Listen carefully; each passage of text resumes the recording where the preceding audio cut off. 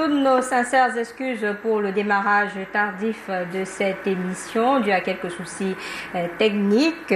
Nos sincères excuses. On parle aujourd'hui de la rentrée scolaire au Cameroun 2023-2024 avec cette précieuse question. Vous êtes prêts pour le 4 septembre prochain? Une question assez difficile pour les parents, encore à la recherche de financement. Une question assez difficile pour les enseignants qui réclament toujours leur dû. Une question assez difficile pour les régions en crise au Cameroun.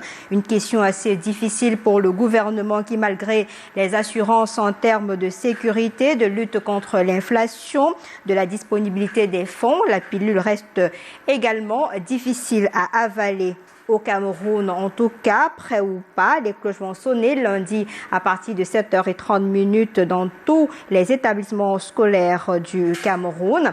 Dans ce tourbillon de la rentrée scolaire, parents, élèves, corps enseignants, il faut bien se reconnecter et dompter l'immensité de ce stress. Le panel est déjà sur ce plateau. Je commence par des nouveaux venus au débrief de l'actualité.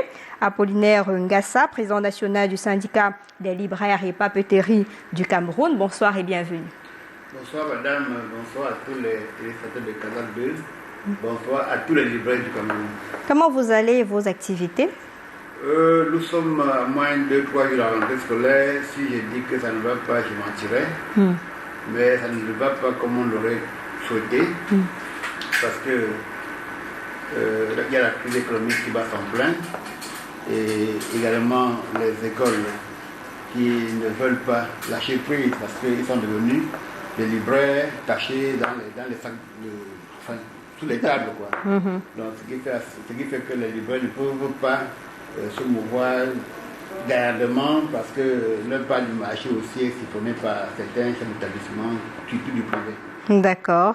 De toute façon, on en parlera tout à l'heure. Jacques-Guillaume Bisson, enseignant au TSCK. La précision en vaut la peine. Bonsoir et bienvenue. Bonsoir Madame Lille. Merci pour la précision. Bonsoir très chers panélistes. Bonsoir particulier aux seigneurs de la CREI qui se préparent pour ce vaste mouvement de grève dénommé Crémote qui démarre le 4 septembre 2023. D'accord, on en parle tout à l'heure. Lui également, ça faisait longtemps, on ne l'avait pas vu sur le plateau du débrief de l'actualité. Maurice Ndiongo, très actif sur les réseaux sociaux, notamment Facebook. Expert en approche par compétences, très titilleur également. Bonsoir et bienvenue. Bonsoir Lille. Comment vous allez? C'est la rentrée. Merci aussi d'avoir pensé à nous. Peut-être comme on est très actif sur les réseaux sociaux, on n'avait pas pensé qu'on pouvait toujours contribuer. Merci aussi à tous les anciens normaliens des insectes qui, malgré toutes les difficultés dans l'éducation, ils se battent pour apporter quelque chose de plus. En tant que le président, je l'ai dit que le règlement qu'ils nous ont demandé de préparer, c'est déjà prêt. On attend tout simplement la version anglaise pour soumettre à leur appréciation. D'accord, merci d'être venu. Je commence donc par vous, Jacques Guillaume. La rentrée, c'est lundi 4 septembre et on annonce un mouvement de grève de OTS. Qu'est-ce qui s'est passé pour qu'on relance la machine de la grève? Il convient de rappeler, Madame Lille, que le mouvement OTS est un mouvement qui naît déjà des griefs observés dans les précédents syndicats, tels que le syndicat des enseignants indignés. Et ce mouvement donc, a la particularité d'avoir un fort pouvoir mutagène, c'est-à-dire cette capacité de renaître de ces centres et de ne pouvoir être sujet à aucun contrôle. La particularité donc, de notre mouvement, en plus, c'est que ce 4 septembre, nous, avant même, il convient de rappeler que depuis le 31 mai 2022, nous avons soumis à l'attention du Premier ministre que des revendications qui ont été soulignées déjà dans la lettre que le Premier ministre, que le secrétaire général avait adressée au nom du président de la République au Premier ministre, faisant état de ce qu'on devait avoir certains paiements échelonnés, certains soldes qui devaient être effectués. Et nous avons remarqué que l'année 2022 finissant, 40%, tenez bien le pourcentage, 40% de ces revendications n'étaient pas à jour.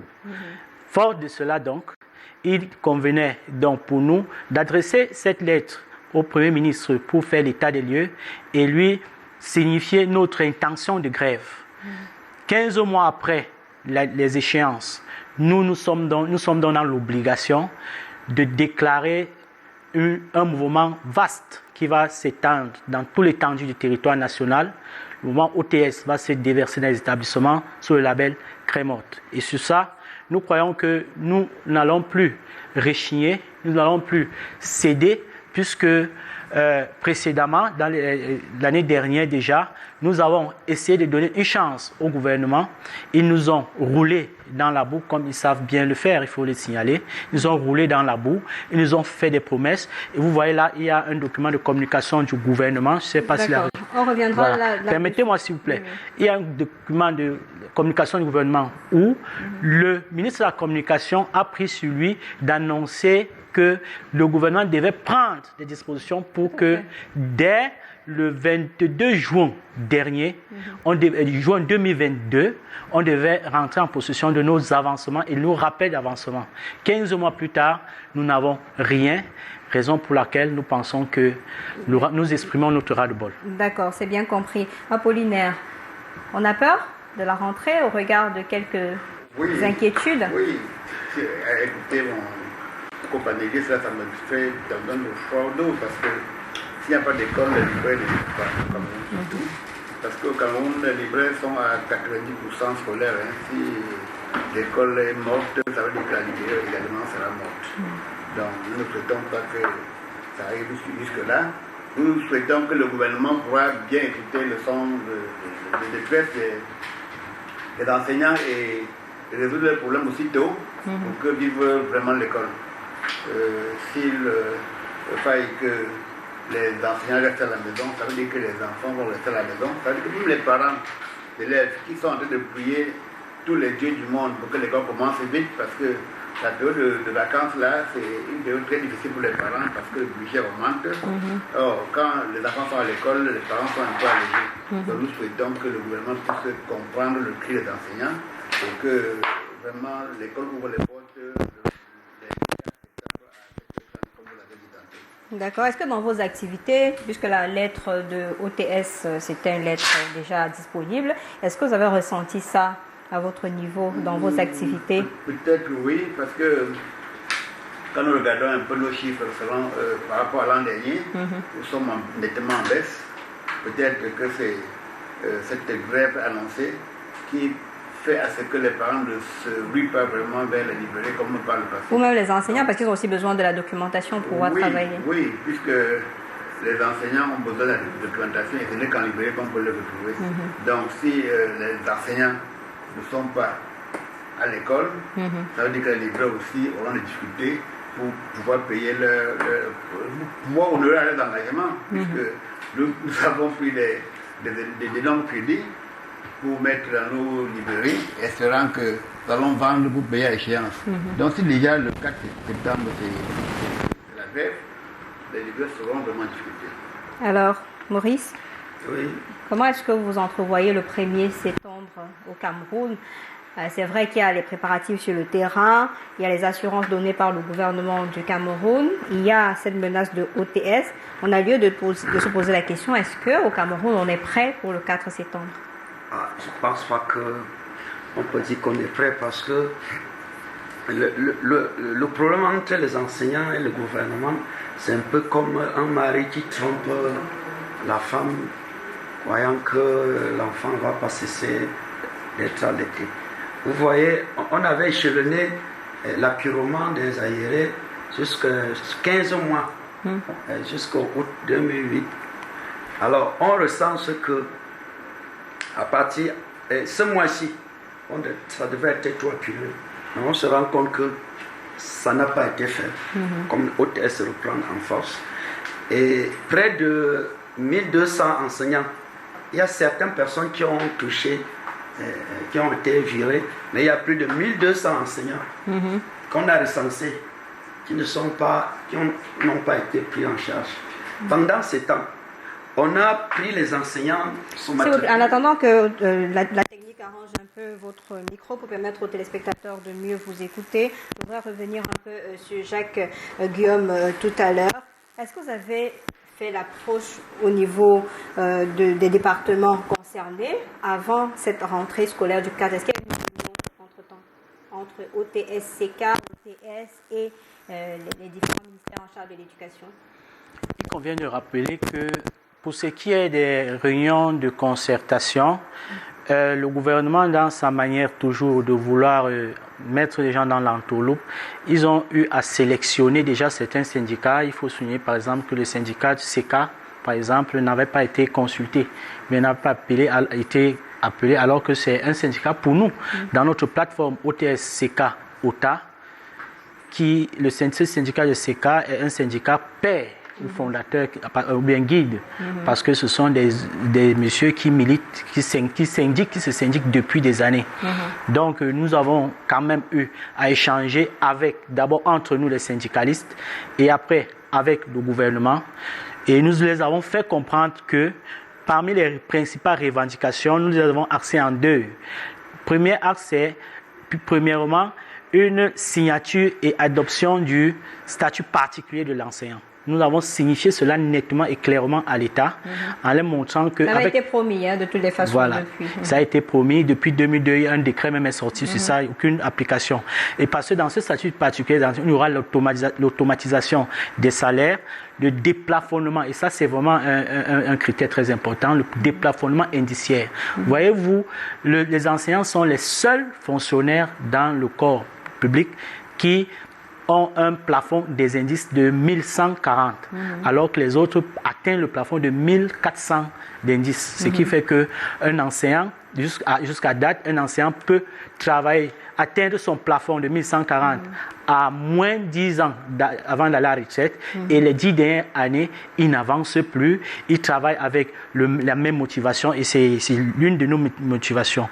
La deuxième axe, c'est le paiement des dettes de l'État. Il faut que l'État nous paye toutes les dettes. Voyez-vous, comment comprendre que lorsqu'on parle du paiement des dettes et que l'État parle de son gouvernement, prend la charge de commencer à solder nos dettes, ils reviennent pour nous pondre un document, tome 1, tome 2, tome 3, chaque tome a au moins 400 pages, où moi, particulièrement en promotion de 2015, j'ai vu simplement 3 de mes promotionnés dans cette document avec plus de combien de milliers de noms d'enseignants.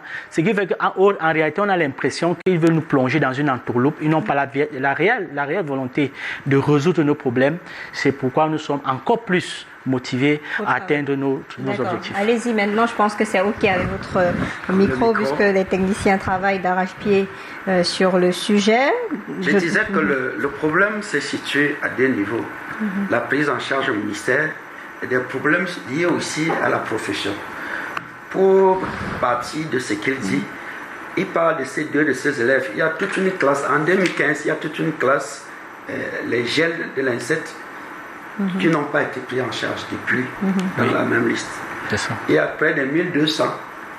Alors, entre-temps, il y a 64 000 enseignants qui ont été pris en charge qui attendent d'être pris en charge pour les avancements. Voilà. Les enseignants qui sont sortis à l'école, on les donne la matricule, on ne paye pas. Quand on parle de la dette, voyez où juste qu'on peut aller. C'est-à-dire, quand on affecte un enseignant, on doit payer ses frais de relève. C'est tout ça qui est entré dans ce qu'on réclame. Lorsqu'en 90, les congés, pour les enseignants, on avait souhaité que l'État avait souhaité que les enseignants peuvent aller en retraite. On devait les payer. On n'en parle pas. Monsieur le procès Joseph Ouana, en 1988, a vanté une décision ou bien un décret du président de la République qui prenait les étudiants de l'INSET et de l'école normale en charge dès leur entrée à l'école. On n'en parle pas. C'est tant de ceci que pour argumenter ce qu'il dit. D'accord. Au ministère maintenant, vous voyez-vous, l'année dernière, on a fait partie beaucoup d'enseignants dans les zones périphériques et jusqu'à présent, on ne les a pas remplacés. Donc pendant qu'on dit OTS, les responsables qui ont quand même les droits de réserve, ils sont déjà la pression que même si OTS saute, comment est-ce qu'ils vont prendre le coup. Beaucoup attendent, il n'y a pas de nomination. C'est en cours d'année qu'on va faire des nominations. Puisqu'on s'attendait à ce qu'on ait peut-être la nomination des proviseurs, voilà, des enseignants, les enseignants avant la rentrée scolaire. Avant la rentrée scolaire. Peut-être c'est demain vendredi, on saura. Tous les enseignants, tous les responsables, tantôt ceux qui ont cherché à être mutés, ils ne savent pas comment ils vont prendre en charge. D'accord. Alors Apollinaire, au-delà des problèmes des enseignants, il y a également un problème qui est évoqué au niveau des libraires. Vous l'avez d'abord effleuré tout à l'heure, les écoles, les établissements qui sont devenus également des librairies. Mais il y a aussi la vente du poteau ou alors cette multitude de livres à votre niveau. Oui, madame. Parlant des multitudes de livres, je dirais que officiellement, nous avons un programme homologué par le ministre en charge de l'éducation, à savoir nous avons 7 livres pour les classes, pour les élèves de la CIL. Tout le primaire, chaque classe a 7 livres. Et pour le secondaire, nous avons au-delà 11 à 12 livres. Donc, et ces livres sont relativement très moins chers aujourd'hui parce que les livres scolaires sont l'article le moins cher au Cameroun aujourd'hui. C'est-à-dire quand on parle de cherté de la vie, avec les livres scolaires, vraiment, il n'y a pas, le gouvernement a quand même frappé du poing sur la table. Les livres sont devenus très moins chers. Maintenant, multitude de livres, maintenant, c'est peut-être les rajouts des livres d'activité, des workbooks, que les enseignants essayent de mettre au programme pour peut-être alléger leur travail, je ne sais pas. Puisque nous avons posé le problème au niveau de la commission des livres, pour poser la question à savoir pourquoi les livres homologués ne peuvent pas être accompagnés des cahiers d'activité. Ils nous ont dit que c'est un programme officiel. Pour le moment, là, les livres vont aller sans livret. Mais sur le terrain, c'est toute une chose parce que nous avons une multitude de livrets et livrets d'activité et de workbooks sur le terrain. Ce qui complique aussi la tâche et des enseignants même, et même des libraires. Parce que, voyez-vous, c'est une liste de la CIL, parce que par le plus bas niveau, vous voyez, il y a 7 livres homologués, mais vous retrouvez peut-être avec 14 autres livrets d'activité qui coûtent nettement plus cher que les livres homologués, parce que l'ensemble des livres homologués de la CIL coûte 10 300. Si le coût préparatoire, au niveau du coût élémentaire, c'est 11 400. Au niveau du coût moyen 2, c'est 12 150. Et en 6e, par exemple, il n'y a aucun livre, les livres de la 6e coûtent au maximum 36 000. Par le passé, on était dans les 80 000. Là, c'est ce que le gouvernement a vraiment parfait du point sur la table et les choses sont bien améliorées. Maintenant, la difficulté que nous, les libraires, nous avons beaucoup plus, c'est les écoles. Sont nos amis, sont les enseignants. Nous ne sommes pas en guerre contre les enseignants, mais nous sommes en guerre contre les manières de procéder. Parce qu'ils sont là pour enseigner et nous sommes là pour commercialiser le livre. Et nous sommes là pour mettre les livres à la disposition des élèves et des parents. Mais l'enseignant, qu'est-ce qu'il fait? Il va là où peut-être nous nous ravitaillons, il recense les écoles, les enfants à l'école. S'il y a peut-être 40 élèves, il demande aux parents, donnez-moi l'argent, il va vous fournir les livres. Et c'est comme ça que parfois même, les parents donnent l'argent à la fin de l'année, ils n'ont même pas ces livres-là. Donc, j'interpelle ici ces enseignants-là, ces chefs d'établissement-là qui sont en train de vouloir fouler au pied la loi, parce que la loi de 2021 base 024 du 16 décembre 2021 est bien claire là-dessus. Et les peines de privation de liberté sont inscrites dans cette loi-là qui pénalise un enseignant trouvé en train de commercialiser le livre à une peine d'emprisonnement de 1 an à 5 ans et une amende de 1 million, je crois, à 5 millions. Donc les parents, les enseignants doivent savoir que les livres restent la propriété des libraires, c'est leur affaire, c'est leur business. Parce que les libraires ne viendront jamais mettre les bancs dans leurs librairies pour enseigner aussi à la place des enseignants. Chacun doit rester dans son couloir. D'accord. Donc c'est la difficulté que nous avons aujourd'hui avec notre métier, du moins. Alors, il y a un droit accusateur sur vous. Est-ce que c'est le même constat que vous avez fait sur le terrain? Je ne sais pas, je ne vais pas me positionner en défenseur avocat des enseignants. Ce que je vais tenter de justifier ici, c'est que pour nous qui sommes, par exemple, des enseignants en vocation rurale, comme on dit dans notre jargon, il se trouve une réalité selon laquelle il est difficile pour les enfants de ces zones de se procurer un livre, même s'il coûte 5 000 pour le programme, tout le programme. On essaye donc parfois d'être des vecteurs ou bien des facilitateurs. On essaye, les libraires nous proposent des taux qui permettent de faciliter l'accès du livre aux enfants. Et je parle donc du libraire. Aussi, autrement, nous essayons de condenser le contenu du livre pour les produire des contenus plus digestes. On l'appelle des bords. Bon, je ne sais pas seulement le libraire qui a l'exclusivité de fabriquer le bord, mais je crois que l'enseignant aussi a une propriété intellectuelle qui peut lui permettre de produire cette quote-part intellectuelle et mettre aussi à la place pour le service de l'apprenant. Donc, nous sommes là pour un relais, c'est dans le sens d'un relais. Et maintenant, peut-être dans les villes, c'est un peu dans le plus grand couloir que vous présentez là. Et là, il faut avouer que nous ne partageons pas cette manière de s'interférer dans les activités des autres. D'accord. Maurice, la rentrée, c'est le 4 septembre prochain. On a parlé des problèmes au niveau des libraires, au niveau des enseignants, mais vous avez en face le gouvernement qui vous dit les mesures ont été prises de façon globale pour que tout soit OK le 4 septembre à 7h30. Oui. Si je pouvais dire un mot sur le problème des libraires, en fait, il y a un autre pan de l'enseignement, c'est ce qu'on appelle les professeurs vacataires, qui le plus souvent ont aussi des licences, mais qui touchent il y a un qui m'a dit qu'il touche 50 000. Un enseignant vacataire. Ouais, pour près de 1, 2, 3, 4 à 5 classes. Déjà, il a souvent 600, un enseignant, 5 classes, 50 000 francs de salaire. Oui. Est-ce qu'il dit vrai? Non, c'est vrai. C'est vrai. C'est vrai. Je peux pas. Et il y en a qui touchent même moins. Ouais. C'est vrai. Voilà. D'accord. Bon, c'est eux, quand ils sont quand on les paye ainsi, ils se débrouillent. Obligés. Parce qu'il y en a qui, le plus souvent, demandent même l'argent de transport aux enfants. Donc, bon, le gouvernement est prêt. C'est de la décentralisation devait prendre, les régions devaient prendre peut-être les postes vacataires. Est-ce que vous avez, en tant que journaliste, est-ce qu'ils vous ont donné une décision sur ça? Vous regardez, ils vont ouvrir les éniettes privées. Alors qu'on a 72 000 instituteurs qui attendent d'être pris en charge. Bon, maintenant, ça va continuer à racketter les parents. On paye la pension pour donner des diplômes, le plus souvent à la va-vite. Ouais. Bon, donc, on ne peut pas dire que le gouvernement est prêt. Ils ne sont pas prêts. Parce que pour être prêt, il ne fallait pas, surtout, dépasser la date de août 2023. C'est les 15 mois de contrat.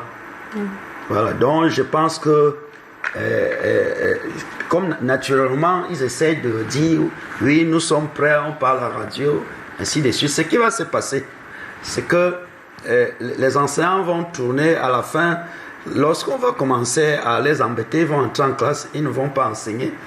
Et nous allons revenir ici pour remonter, pour en fin d'année voir les établissements où on a les régions où on a le moins enseigné, où ils sont premiers à l'examen. D'accord, ça c'était un autre débat. Est-ce que vous imaginez une rentrée au Cameroun, nous sommes en 2023, avec autant de stress? C'était prévisible selon vous? Madame, les Camerounais sont habitués à vivre avec du stress. Ce n'est pas la première fois que les enseignants annoncent la grève lors d'une rentrée scolaire. Et le gouvernement camerounais sait souvent comment faire pour que les choses rentrent dans l'ordre. Mais mon souhait, c'est que le gouvernement fasse à ce que les enseignants ne soient plus chaque fois en train d'annoncer la grève. Même l'apprenant, ça ne sécurise pas. L'apprenant n'est pas fier de lui quand il va à l'école, sachant que dans 2-3 jours, on va grever. Donc le gouvernement doit mettre vraiment tout en œuvre pour que les choses Mais vous qui êtes de l'extérieur et qui vous êtes quand même dans le circuit quand même de l'éducation, votre analyse froide de cette situation-là, ça vous rend serein? Madame, nous ne pouvons pas être sereins. Nous sommes des opérateurs économiques et nous avons En même temps parents aussi. En même temps parents également, nous avons misé beaucoup d'argent. À chaque rentrée, les libraires se saignent, se battent pour mettre beaucoup d'argent, sachant que l'école va ouvrir les portes et ils vont se battre pour rembourser les dettes. Donc, on ne peut pas être serein. On est un peu depuis... C'est ici aujourd'hui que j'ai appris qu'il y a grève le 4, et depuis tout à l'heure, là, je ne suis pas dans ma peau, parce que c'est ce qui m'attend comme difficulté si à jamais l'école ne reprend pas. Mais en ville, au moins, dans une ville comme Douala, il y a beaucoup plus d'écoles, privées. On ne ressent pas trop ce phénomène de grève-là, parce que les privés, normalement, doivent travailler. Mais si les privés pouvaient accompagner peut-être les enseignants du public à cette grève-là, c'est là où le libraire serait encore un peu plus... va même pleurer, il peut dire ainsi. Donc, nous laissons serein un peu, parce que le privé doit ouvrir, mais nous ne sommes pas contents que si, peut-être moi, parent d'élèves, j'ai 4-5 élèves, 5 enfants à la maison, certains fréquentent dans le public, d'autres dans le privé, que ceux du privé partent à l'école et que ceux du public restent à la maison, ça ne peut pas me plaire. Donc, il lance vraiment un cri au gouvernement de comprendre le problème des enseignants et que les enseignants essaient aussi de ne pas trop tendre la corde. Oui, un peu. Mais ils vous disent qu'ils ont trop supporté. Oui, c'est pas aujourd'hui qu'ils supportent. Tout le monde supporte le Cameroun, madame. Tout le monde supporte. C'est pas que nous avons la vie en rose, mais je compatis un peu avec les enseignants du public qui annoncent cette grève-là, mais je ne suis pas très content que la grève puisse avoir lieu parce que ça va jouer sur l'activité des libraires. D'accord. Force revient à l'État. On vous a dit ça la dernière fois quand vous avez lancé cette opération-là. Le gouvernement a sorti des communiqués. Il y a eu des conférences, des communications gouvernementales sur vos revendications, en précisant que plusieurs de vos revendications étaient épongées et que vous devez comprendre aussi qu'il y a des priorités. Vous devrez faire avec. Oui, Lille, c'est vrai que l'État a la légitime violence, ce que vous nous dites, et avec justesse d'ailleurs. Il est important juste de rappeler à notre copanéliste d'en face que ce n'est pas question d'une pitié qu'on doit octroyer aux enseignants ou alors que c'est un combat d'enseignants que doivent mener les enseignants. En réalité, nous sommes dans une situation où tout citoyen qui aime son pays doit s'incliner face à ce désastre que l'éducation en général est en train de subir. Si vous fréquentez ou flirtez avec certains établissements, qu'ils soient privés ou publics, surtout dans tous les lycées au Cameroun, je vous mets ici sur ce plateau à défi de trouver un seul lycée au Cameroun où il n'y a pas au moins 2 enseignants du lycée formés dans un lycée, dans une école normale, qui n'est pas déjà expatrié. Un lycée qui n'a pas eu au moins 2 enseignants de lycée qui sont expatriés. Parce que la devise aujourd'hui, vu la qualité de vie, le niveau de la formation, les anciens ont juste tendance à immigrer, à s'évader. Le petit, c'est quoi? C'est de chercher le meilleur. Nous autres, patriotes, nous estimons que... Bon, les autres ne sont pas anti-patriotes. Hein? Bon, nous estimons que le degré de patriotisme de ceux-là qui estiment que le bonheur c'est dehors n'est pas quand même le même que ceux-là qui acceptent de travailler avec des sommes qu'on a dit là, 50 000 francs. Pour d'autres, ils ont des moyens de voyager, mais ils préfèrent ne pas le faire. Pour ceux qui ont été formés avec ce qu'ils ont comme motivation, ils préfèrent rester à racler les murs avec 200 000 pour payer la maison de 100 000 ou de 60 000 et tout ce qui va avec, préfèrent rester au pays parce que ça ne coûte rien à un fonctionnaire de prendre un crédit, je ne sais pas, de 4 millions, acheter son billet d'avion, partir au Canada. Mais ces Camerounais-là ont accepté contribuer à l'édification de la nation. C'est le combat, c'est là qu'il faut qu'on fige notre regard. Quelle est donc la politique que le gouvernement adresse à ces Camerounais qui met le leur. Est-ce que c'est le moment de tenir des discours du genre « force revient à l'État » Mais je dis non. Il est question que le gouvernement réveille en lui le peu de patriotisme qui reste encore, parce qu'on a l'impression, c'est l'impression que nous avons, c'est que notre gouvernement est un peu fatigué, je ne sais pas, qui réveille un peu ce regain de patriotisme afin de redorer le blason de l'enseignant. L'enseignement, c'est un noble métier qu'on doit redonner le goût à ces cadets qui viennent d'avoir le bac, de choisir comme métier celui de l'enseignement, car c'est un métier noble, c'est un métier de noblesse. Avant, quand on parlait de rentrée scolaire, il y avait l'effervescence, les enseignants étaient fiers de retrouver leurs élèves, les enfants étaient fiers de retrouver leurs enseignants, leurs camarades de classe, mais aujourd'hui, c'est avec un visage serré que vous rencontrez les parents, les enseignants, les familles, les élèves en train de prendre le chemin de l'école. Qu'est-ce qu'il y a lieu de faire pour changer un peu cette atmosphère-là ? Parce que l'éducation, c'est quand même la base dans une république. Vous avez déjà trouvé la situation, le problème, que la force, c'est l'État qui a la force. Donc, qui est alors l'État? Parce que si on sait où est l'État, parce que OTS, vous faites une situation plusieurs fois, ça revient pas. C'est que vous avez mal utilisé la compétence, la situation, problème mal défini. Vous avez bien dit, force à l'État. L'État, dans ce sens, c'est un corpuscule de personnes qui exercent leur autorité sur un territoire.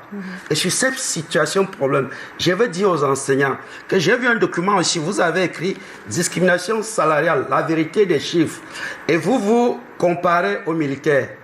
Je veux dire que les corps constitués ne sont ni vos adversaires, ni vos concurrents. Vos adversaires, c'est les gars de l'ENAM. C'est eux qui gèrent le Cameroun. Et chaque fois, quand il y a élection, le sous-préfet est là, tous les bureaux de vote sont dans les lycées et les établissements. Vous êtes tous des chefs de bureau de vote.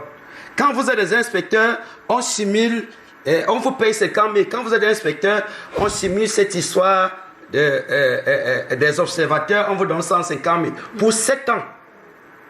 Sachez que dans le document stratégique pour la croissance, la tâche assignée aux enseignants, c'est la notion de situation-problème.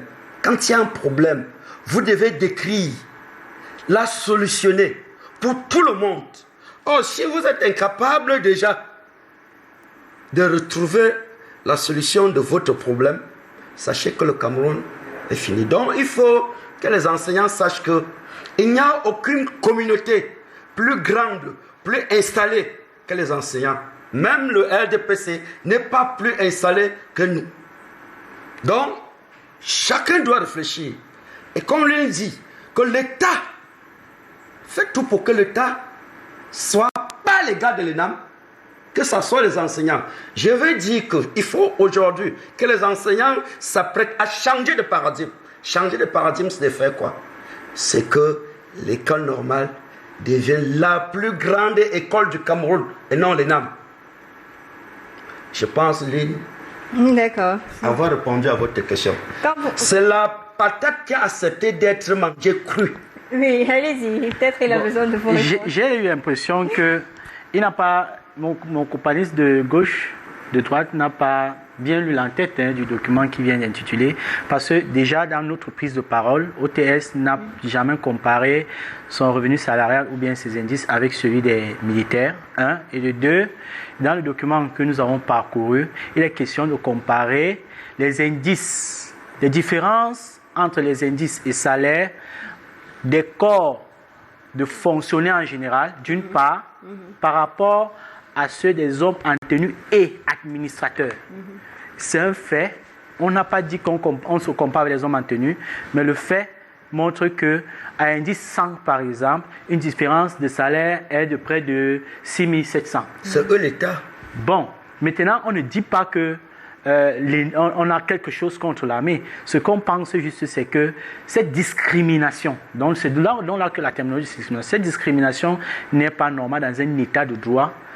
Et c'est elle qui est d'ailleurs le ressort ou bien le leitmotiv, vous parlez de situation problème, la raison même qui peut nous permettre de penser à cet exode donc, sortirait donc du fait que cette discrimination pousse certains à sortir du pays. Et là, pour résoudre ce problème que vous posez, nous pensons qu'il faut que l'État essaie de niveler les carrières de tous ses employés afin que justice sociale puisse s'installer. Apollinaire, quand on parle de rentrée, je reviendrai vers vous. Quand on parle de rentrée scolaire, il y a deux noyaux importants, les enseignants et les élèves d'abord. Avant, l'enseignant, c'était le seigneur de la craie, c'était le maître de la pensée. Pourquoi aujourd'hui ça devrait changer pour qu'on retrouve des enseignants en train de crier au lieu d'être dans le bain de la rentrée scolaire, se retrouvent plutôt en train de brandir une journée ou une semaine crémante? Oui, je pense que jusqu'à présent, les enseignants restent les seigneurs de la craie. Vous pensez? Oui, jusqu'à présent. Même si on tient cette craie et on a faim, on ne peut pas se soigner. Madame, je vais dire quelque chose. On demande à manger aux enfants en classe. Oui, dans toute l'école de métier au Cameroun, ça ne va pas. Parce que quand l'enseignant dit les enseignants sont en train de, certains sont en train de partir, s'exiler vers le Canada, j'ai des petits frères sortis du BI qui sont partis également. Même dans notre corps de métier, nous les journaliers médias. Je ne crois pas que c'est seulement les enseignants qui ne s'en sortent pas. Même ces militaires dont vous croyez qu'ils s'en sortent mieux là, je ne pense pas qu'ils s'en sortent. Donc, les enseignants restent les seigneurs de la craie. Et tout ce que je demande à notre gouvernement, c'est d'équilibrer les choses. D'équilibrer les choses à telle enseigne que les grades se suivent. C'est-à-dire que les enseignants sortis de l'école après 2, 3, 4 ans, 5 ans, 10 ans, puissent avoir les mêmes privilèges que les militaires dont mon cher frère est en train de parler. Parce que vous voyez un militaire qui sort de l'école, après peut-être c'est 9 mois ou 12 mois de formation, 2, 3 ans, après chaque 3 ans, il est... Vous précisez qu'on n'a rien contre les militaires. Hein. Non, voilà, rien contre les militaires. Mais j'ai rien contre les militaires. Tout comme nous les libéraux, n'avons rien contre les enseignants. Hein. Voilà. Donc, c'est juste un souhait. Ouais, donc nous souhaitons que ces grades-là aussi puissent, que les militaires, que les enseignants puissent aussi se ressentir en grade, comme les militaires. Parce que c'est ce qu'il a dit, c'est ce qu'il le souhaite. Mais je pense que les enseignants restent les seigneurs de la craie, parce que sans l'enseignant, le monde n'est rien. C'est pas parce que aujourd'hui les choses sont devenues compliquées au Cameroun que les enseignants vont cesser d'enseigner. Ils vont toujours enseigner. Ceux qui vont partir, ceux qui vont rester. Mais j'ai beaucoup plus comment je peux dire ça, les enseignants du privé sont encore très mal lotis que même ceux du public. C'est au gré du fondateur. Oui, un peu, oui. Quand vous comprenez, l'enseignant dit il a 200 000 par exemple dans le privé, alors que dans le public, alors que dans le privé, l'autre a 50 000. Il a aussi en face de lui les mêmes difficultés que celui du public ou du privé. Donc je pense que l'État devait réguler. Vous voyez, avant 2017, les livres étaient multiples au Cameroun. Le gouvernement a frappé du poing sur la table que c'est un seul livre dans tout le Cameroun. Je souhaite aussi que cela se fasse dans le corps des enseignants, surtout dans le privé. Parce qu'il est hors de question que... Bon, on a dit cela, mais sur le terrain, en tant que parent d'élèves, vous vous retrouvez en train d'acheter plusieurs livres. Oui, là c'est autre chose, madame. L'État dit, voilà les livres que nous décidons pour les enfants. Les autres lieux d'activité, là c'est autre chose. Le parent n'est pas obligé d'acheter. Parce que la loi est bien claire là-dessus. La loi est claire là-dessus. La loi dit bien, aucun manuel, je crois que c'est l'article 53, aucun manuel non agréé ne peut être imposé à l'enfant ou être évalué. L'enfant ne peut pas être évalué dans ces manuels-là. Nous sommes parents d'élèves, entre ce qui est dit à Yaoundé sur du papier et la réalité sur le terrain, vous avez des enfants pendant l'année scolaire qui sont carrément exclus de la salle de classe parce que vous n'avez pas le cahier d'activité, vous n'avez pas le cahier de ceci, vous n'avez pas... Et quand vous venez vous plaindre que ça ne respecte pas les textes, on vous dit, mais demandez donc à ce ministre ou à ce premier ministre de venir ici. Madame, je pense que le problème, c'est les Camerounais. Ce n'est même pas le gouvernement. Parce que si le gouvernement a fait voter une loi et que les Camerounais refusent des députés, ceux qui subissent cette loi-là peuvent dire non. C'est-à-dire les parents peuvent dire nous n'achetons pas ça, c'est pas officiel, on n'achète pas. Si tous les parents décident de ne pas acheter ces niveaux d'activité-là, on ne doit pas... On dirait que c'est dans un autre monde. Hein. Non, c'est pas question de monde, madame. C'est question... Nous l'avons dit. Si le pays peut changer par ce qui se passe, c'est-à-dire en voyant ce qui se passe dans la commission du livre, je pense que les choses changeront aussi beaucoup. Je dis avant 2017, il y avait au moins 8 livres de français au choix de l'enseignant. Mais le gouvernement a dit stop, c'est un seul livre. Maintenant, les niveaux d'activité, c'est beaucoup plus dans les grandes villes.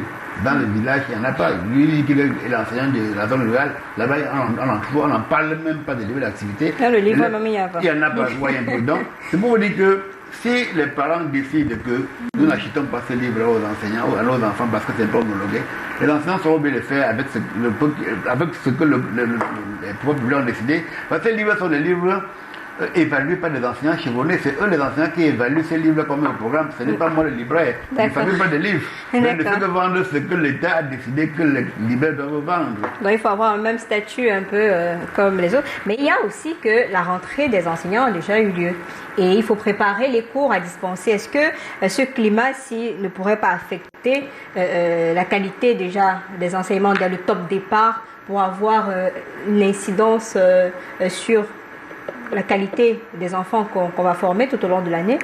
Parce qu'un mauvais départ, ça suit. Depuis que l'État discute avec les enseignants n'ont pas la tête dans l'école depuis près de 3 mois. Mais les taux de réussite, c'était plutôt satisfaisant. Non, maman, l'évaluation, c'est l'évaluation. On peut décider de corriger les erreurs.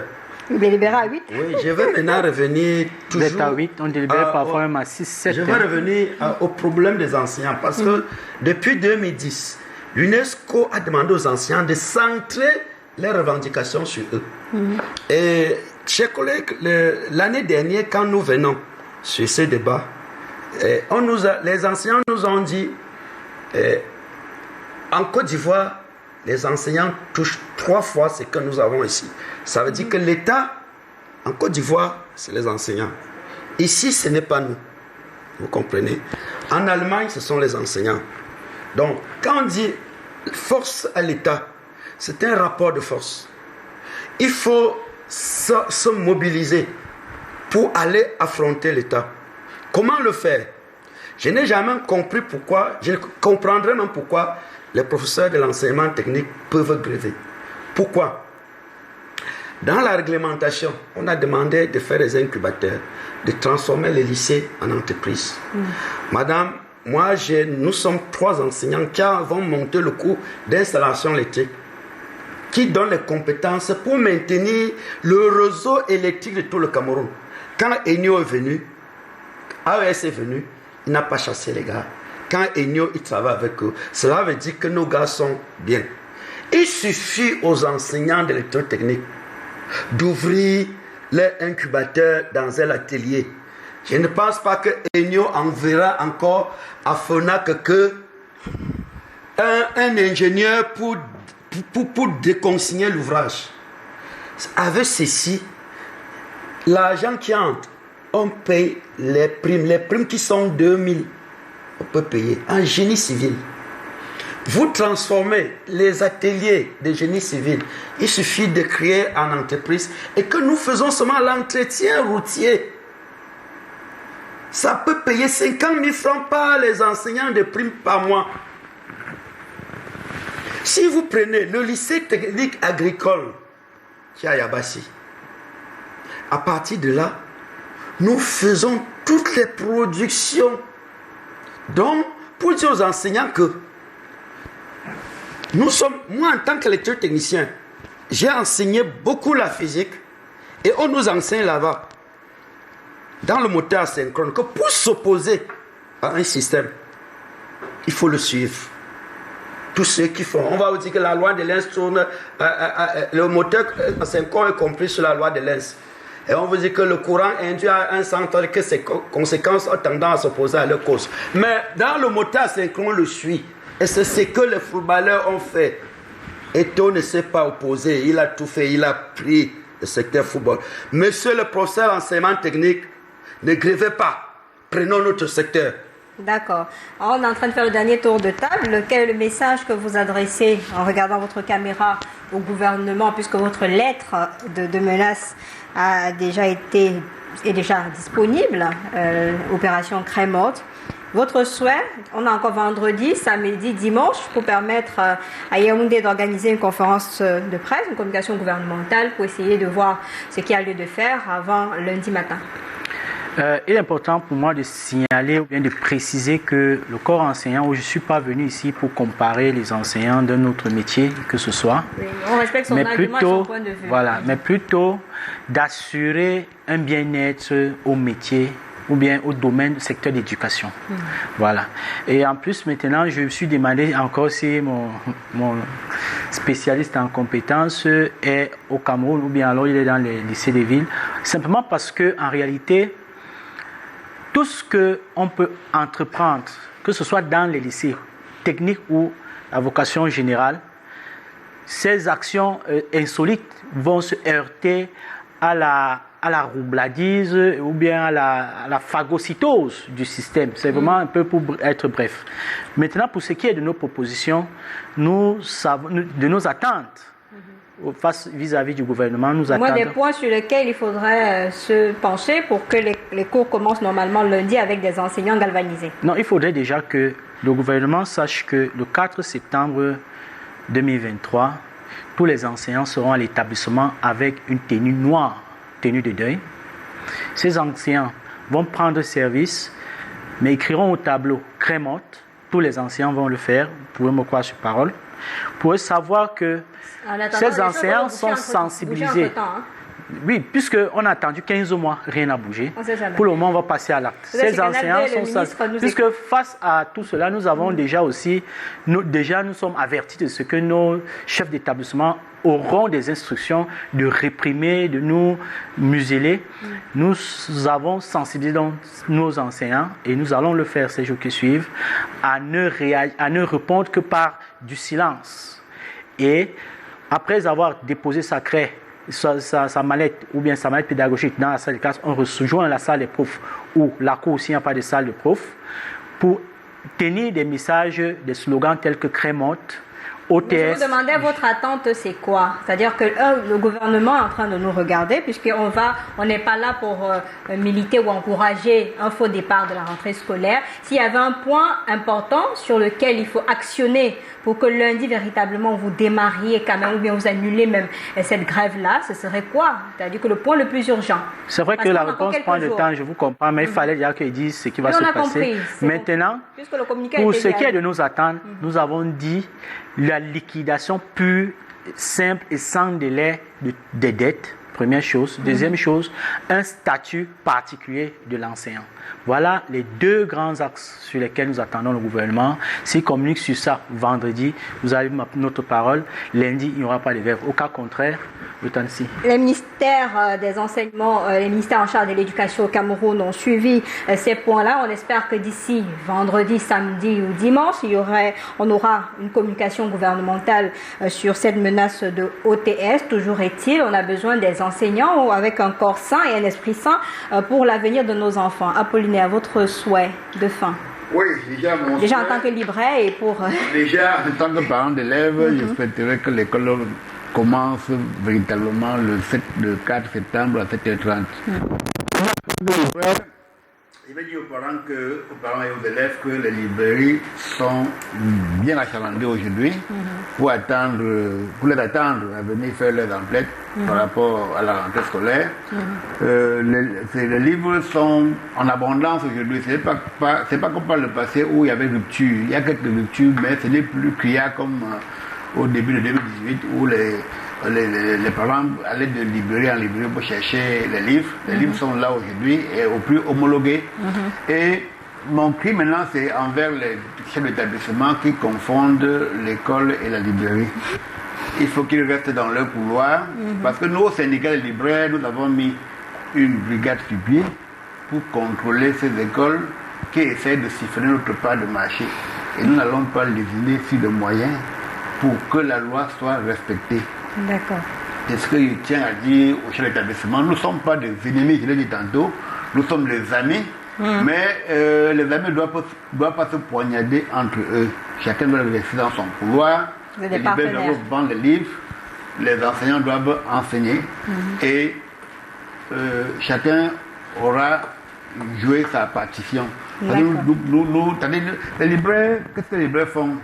Nous sommes à la veille de la rentrée scolaire. Vous allez dans tous les librairies aujourd'hui, vous allez voir des stagiaires qui sont des étudiants. Les élèves, des élèves même, parce que les élèves vont partir, d'autres vont boucler samedi. Les étudiants qui sont là vont aller peut-être jusqu'en fin septembre. Et c'est par là que les libraires profitent aussi pour aider les parents d'élèves à soulager un peu les frais de scolarité qui ne sont pas les moindres aujourd'hui, parce que nous avons parlé, mais en oubliant vraiment ce côté de scolarité là, qui est très élevé au Cameroun aujourd'hui, alors que par le passé, tout était réglementé. Rassurez-vous, on va en parler. On va revenir sur plusieurs sujets, notamment la rentrée ne fait que commencer. On termine par vous. Merci. Je veux dire aux professeurs des lycées techniques que pour cette année, ceux qui ont déjà des incubateurs dans leurs établissements, qui se rapprochent de l'association All Students, les anciens normaliens, nous allons les accompagner à transformer ce qu'ils ont déjà fait en entreprise. Ceux qui n'en ont pas, nous allons les accompagner à écrire les projets d'incubateur. Quand nous aurons tout notre secteur, on va garder le statut particulier, on le posera quand nous serons au pouvoir, car nous avons la possibilité d'être l'État du Cameroun. D'accord, merci. Pour le All Student, il faut se préparer. Nous avons dit que cette année, on va faire un grand séminaire, un forum sur l'entrepreneuriat dans l'établissement. Parce qu'il n'y a pas d'argent, plus nous produirons d'argent, plus il n'y aura pas de crise au Cameroun. Mais parce que notre responsabilité, c'est de produire pour tout le Cameroun. C'est bien compris. Mais toujours est-il, il faut que chacun puisse jouer sa part de responsabilité. L'État doit veiller à ce que les enseignants puissent se travailler dans de meilleures conditions. On va suivre cette actualité ensemble. Merci, messieurs, d'être venus. On va dire merci à Jean et à Colin qui se sont battus corps et âme pour que ce programme puisse se tenir. Toutes nos excuses pour tous les soucis techniques rencontrés au cours de ce programme. On espère que demain sera meilleur parce que vous allez trouver ici même Mathieu Fangwa pour le sport. Quant à moi, si Dieu le veut, je vous retrouve dans lundi avec cette rentrée scolaire du 4 septembre prochain. Bonne rentrée à tous. Bonsoir.